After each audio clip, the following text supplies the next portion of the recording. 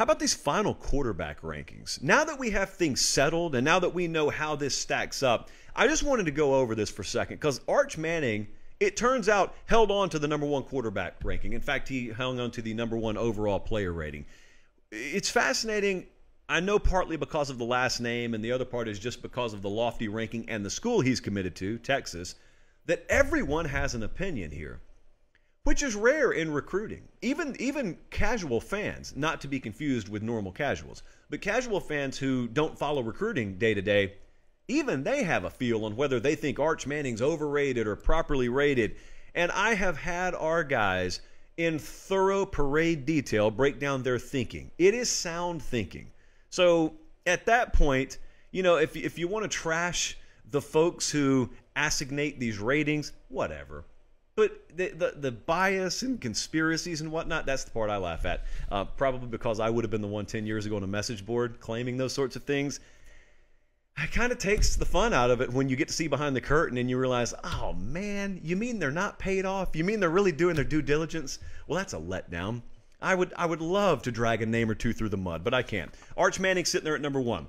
#2, and I'm talking about quarterback rankings here, Nico Iamaleava, the Tennessee commit. I mean, this is the kid on whom's first whomst of the show. On his shoulders rest Director Collins' hopes and dreams for the next 3 years.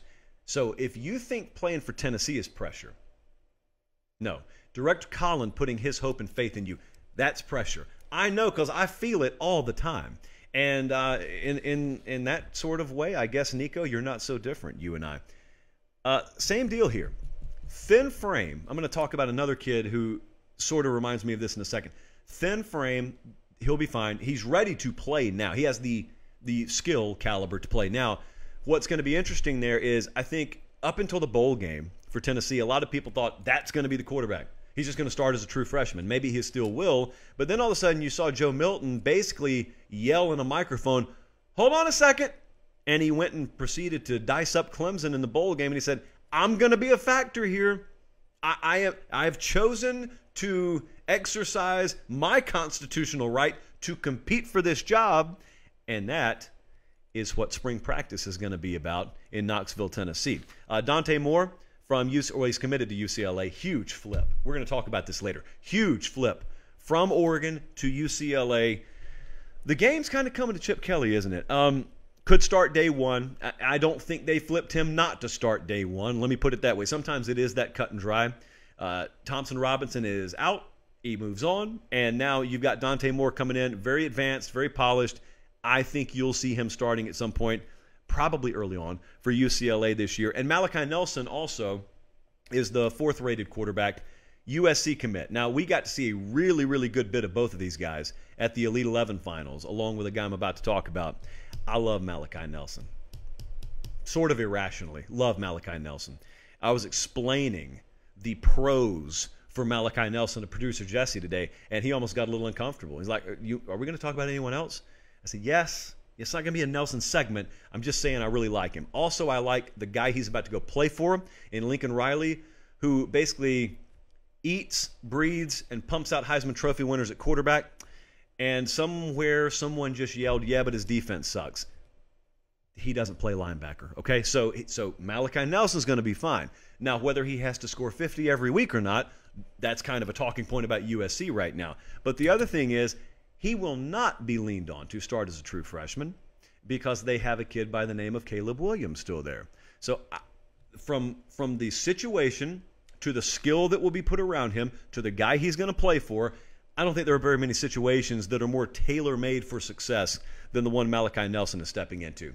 Now I want to talk to you about Jackson Arnold because that's a name that I think a lot of people have had circled, frankly, since he won the Elite 11 finals.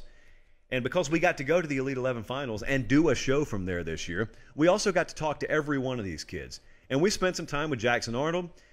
If he didn't say a word to us and we didn't get to spend some time with him, watching him compete for and then win that competition would have still made an impression. I thought it was really interesting when they had all the upheaval and then they had a down year at Oklahoma this year. There were some whispers that I wonder who he's going to flip to. And he said, I'll tell you, nobody. I'm not flipping anywhere. I'm playing for Oklahoma. Nothing about that has changed. And I always have fun when a highly rated kid is committed to a program that's not doing well, and there is a very casual opinion in the ranks that suggests, that elite kid is not going to want to go play for this team that is not producing elite results right now. And it works the total opposite. Most of the time, the elite kid looks at the average results and says, I'll be the one that changes that. I'm good enough to change that. It's not the other way around. So, yeah, I don't think they ever had much concern about losing him. Now, the comparison that at least comes to my mind is the Penn State comparison. Jesse didn't even have to make this one for me. I came up with it all on my own. Sean Clifford was there last year, obviously, and Dillon Gabriel, likewise, is at Oklahoma this year. And so those two guys watched a five-star true freshman come in, and in Sean Clifford's case, he held on to the starting job. We saw Drew Aller play a little bit for Penn State, but it was Sean Clifford's season this year. And likewise at Oklahoma, we're going to see Jackson Arnold come in. A lot of folks, myself included, think he's good enough to start as a true freshman. Dillon Gabriel's a pretty good quarterback too, and he's still there. And so it's sort of best of both worlds. You're going to have competition. If Dillon Gabriel holds on to the job, it's because he was good enough to do it. And if he doesn't, you got a guy that likewise is ready to play and is the future of your program in Jackson Arnold. It's going to be really fun to watch. A guy that I don't think will get as much run today that I think deserves it because it was more about the 5 stars and the updated rankings today is Chris Vezina. He is a commit to Clemson, already on campus. I've seen some of the stuff that he's posted since he's been there. 6'3", 211, really, really good size, really good frame. And you got to remember what the situations are these guys are being dropped into. It looked like a month ago he was going to a place that was sort of a wasteland for quarterback development all of a sudden. Well, now he's going to play for Garrett Riley. So I mean, we're talking about Cade Klubnik currently on campus and how valuable that staff churn must be for him. Well, what about for Vezina there? And speaking of Klubnik, he also is a kid who doesn't need to go in there and start as a true freshman, so I like him. And then I'm not doing a final quarterbacks update discussion without talking about my guy for our Iowa State Cyclones, and that is J.J. Cole. We're out there at Elite 11. He comes over. I don't know if you can tell by watching on film. He is, as a senior in high school, 6'7", 230. Wiltfong was entirely in his shadow. The sun angle was just right, and it only had to be like 3 o'clock angle because he's that tall, so he casts that long a shadow. So he's walking around out there amongst the other top-rated quarterbacks in the country, and looks like their uncle. He's just so much bigger, and he's 6'7", 230. I said he's the number 17 quarterback in the country. You know what we get to ask now with things in the NFL working out the way they are? We get to ask for the foreseeable future the same question about every quarterback who walks in the door in Ames, and that is the following.